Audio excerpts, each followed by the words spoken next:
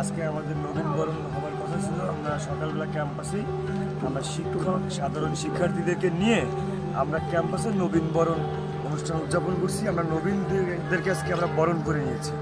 এখানে আমাদের ছাত্র প্রতিনিধি হিসাবে সেন্ট্রাল ছাত্র দলের সাধারণ সম্পাদক নাসির ভাই, তারপরে আমাদের এই আমান ভাই সাংগঠনিক সম্পাদক কেন্দ্রীয় সংসদ, এবং আমাদের কেন্দ্রীয় নেত্রীরাও ছিলেন। আপনারা এখানে দেখেছেন যে আমরা খুব উৎসব মুখরভাবে নবীনদেরকে বরণ করেছি এবং নবীনদেরকে উপহারের মাধ্যমে আমরা অনুপ্রেরণা দেখিয়েছি যে নবীনরা সবসময় উজ্জীবিত থাকবে এবং সাংস্কৃতিক মনা হবে।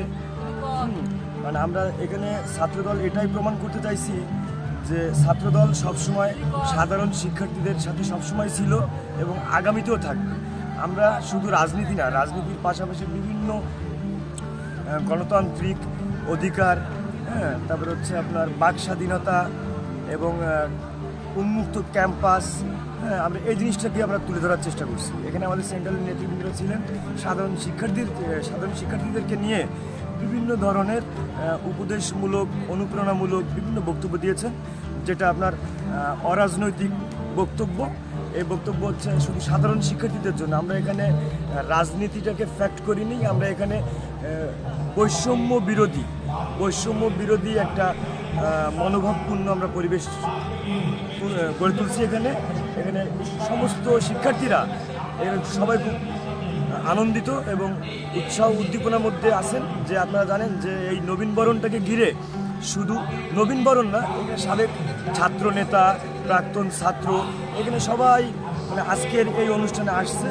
এখানে আপনারা দেখবেন যে প্রায় কয়েক হাজার শিক্ষার্থী এবং সাবেক প্রাক্তন ছাত্ররাও ছিলেন, এবং আমাদের এখানে খুব একটা উৎসবমুখর পরিবেশ তৈরি হয়েছে। এবং এটাকে কেন্দ্র করে আমাদের সাধারণ শিক্ষার্থীদের দাবি ছিল আমাদের নেতা আপনার বিএনপির ছাত্র বিষয়ক সম্পাদক কেন্দ্রীয় বিএনপির আলহাজ রকিবুল ইসলাম বকুল ভাই, তার কাছে সবাই গিয়েছিল একটা সাংস্কৃতিক অনুষ্ঠান করার জন্য। তারা একটা ব্যান্ড শো করতে চেয়েছিল।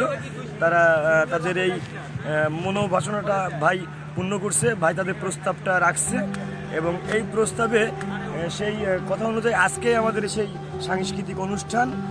এখানে আমাদের কলেজের মেয়েরা ছেলেরা বিভিন্ন ধরনের কর্মসূচি রাখছেন, নৃত্য, সাংস্কৃতিক অনুষ্ঠান, যেমন আপনার আবৃত্তি, এই ধরনের বিভিন্ন কর্মসূচি আমাদের আছে। এবং এখানে কলেজের ছেলে মেয়ে এরা ব্যান্ড শোতে নিজেরাই শিল্পী হিসাবে গান গাবে এবং পাশাপাশি আমরা কিছু অতিথি শিল্পী ঢাকা থেকে আনছি। এখানে আমাদের মেন ব্যান্ড আছে আর্টসেল, তারা গান গাবে এবং তাদেরকে কেন্দ্র করে আমরা আশা করতেছি যে অনেক জামায়াত হবে।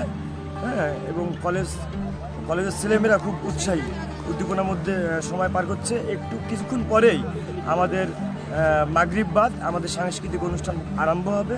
আমাদের জননেতা, প্রাণপ্রিয় নেতা আলহাজ রকিবুল ইসলাম বকুল ভাই আমাদের মাঝে দেখা যাচ্ছে সন্ধ্যা নাগাদ আসবেন। এটাই আর কি এখনকার পরিস্থিতি।